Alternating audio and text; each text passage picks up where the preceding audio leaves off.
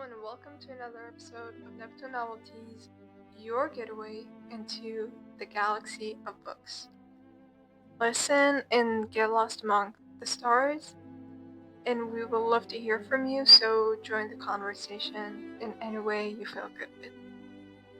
Today we're gonna talk about a non-fiction book, Journals of Sylvia Plath, a major literary event, the complete uncensored journals of Sylvia Plath, published in 1982 for the very first time, authorized by her husband, Ted Hughes. Now, apparently this new edition is an exact and complete transcript of her diaries that she kept during the last 12 years of her life. 60% of the book is material that has never been before made public, more fully revealing the intensity of the poet's personal struggles and providing fresh insight into both her frequent desperation and the bravery with which she faced down her demon. As this is an autobiography, I would say, in some sort of a way, mostly people who were impacted by her works have read it. Now, why did I pick up this book? Honestly, I saw Rory Gilmore from Gilmore Girls reading it, and that's why I picked it up.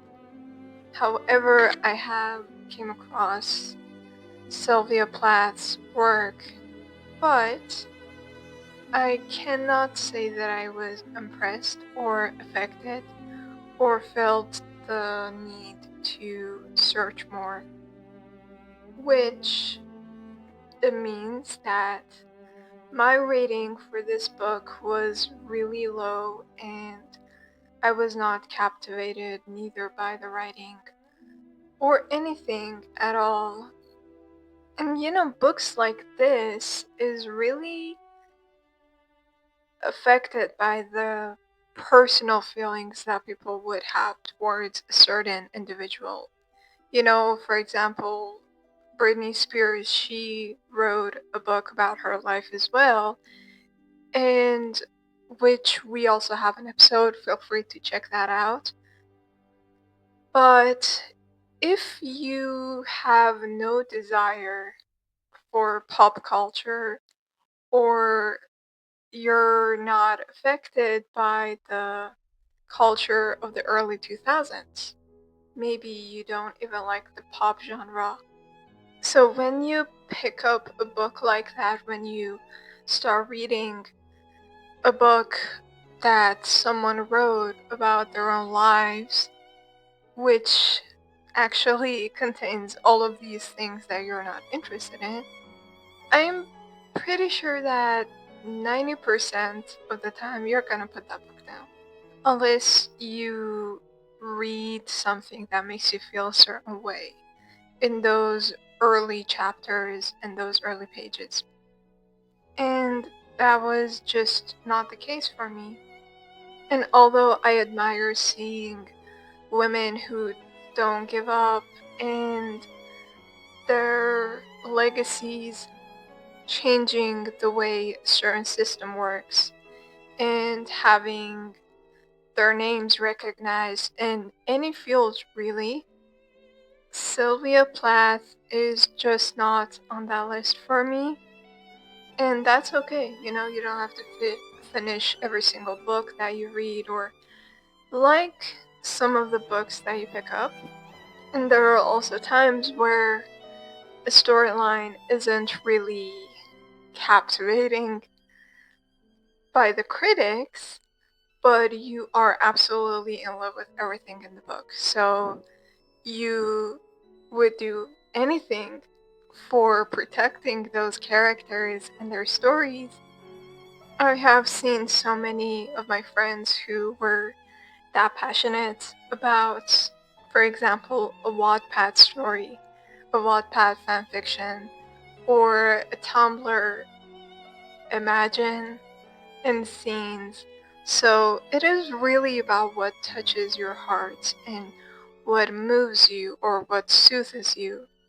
And another thing, I know that this is still edited and it was done by a professional team which have spent so much time and energy into, making this book presentable, and salute to them.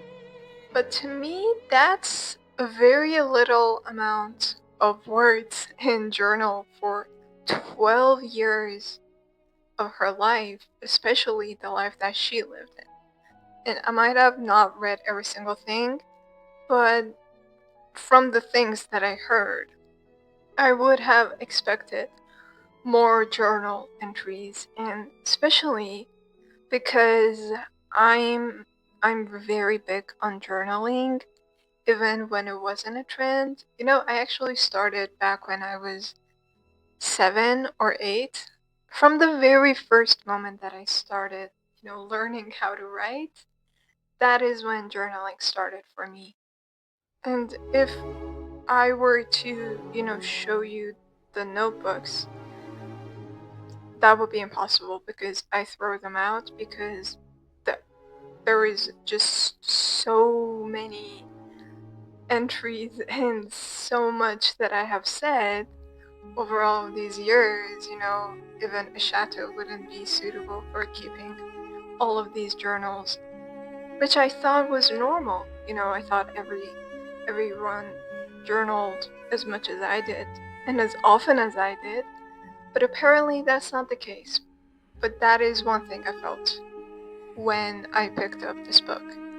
I was shocked and I was a little disappointed as well because I really wanted to be passionate and feel some sort of a thrill for reading the journal of a woman who has, made her own name.